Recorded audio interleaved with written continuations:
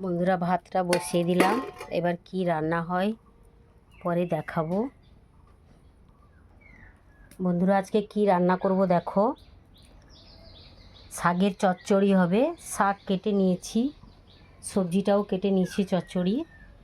আর উচ্ছে দিয়ে শুক্তো হবে, বেগুন সজনে ডাঁটা আলু দিয়ে উচ্ছে দিয়ে শুক্তো হবে। আর দেখো আলু আর হিঞ্চে শাক ভাতে দিইনি, ভাতে ঘেটে যায়, তাই একে প্রেশার কুকারে সেদ্ধ করে নিব। আলু আর হিঞ্চে শাক মাখা হবে। আর আমের টক হবে।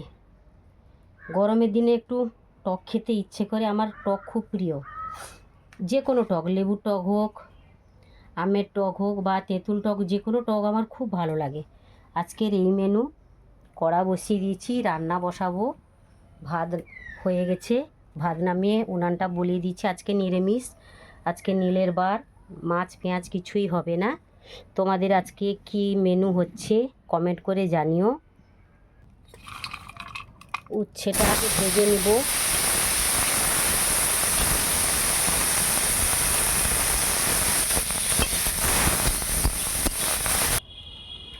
শুক্তোর উচ্ছেটা ভেজে নিয়েছি। এবার সবজিটা একটু তেল দিয়ে ভেজে নিব হালকা করে।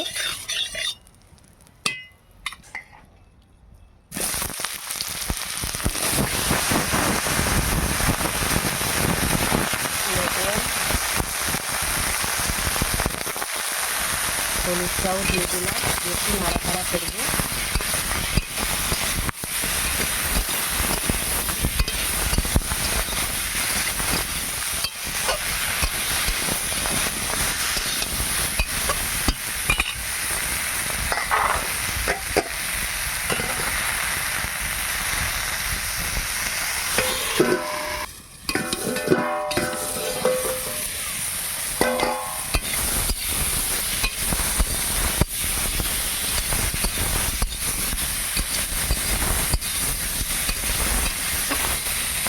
এবার জল দিয়ে দিব, জল দিয়ে সবজিটা সেদ্ধ করে নেব।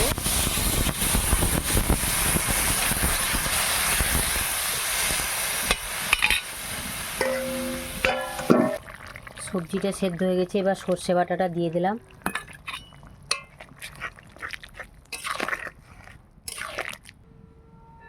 সবজিটা সেদ্ধ করে নিয়েছি, এবার তরকারিটা ছুঁকবো। তেলটা গরম হয়ে গেছে, শুকনো লঙ্কা দিয়ে দিলাম,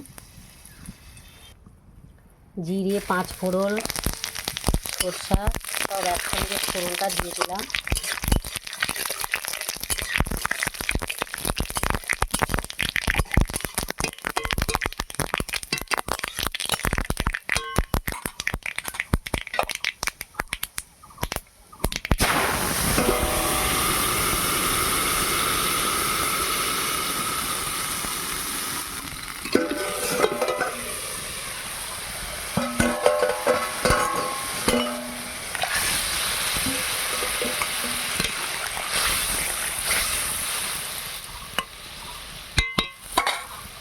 ভাজা উচ্ছেগুলো ওপরে দিয়ে দিলাম।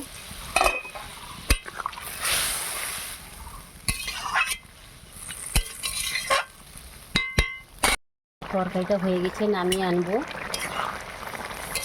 শুক্তো তরকারি হয়ে গেছে। চচ্চড়িটা বসিয়েছি, সবজিটা একটু নাড়াচাড়া করে নেব, তারপর শাক দিব।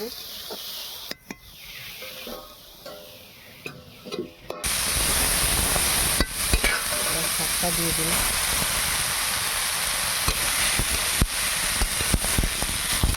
চচ্চড়িটা হয়ে গেছে, একটু হালকা চিনি দিয়ে নামিয়ে আনবো।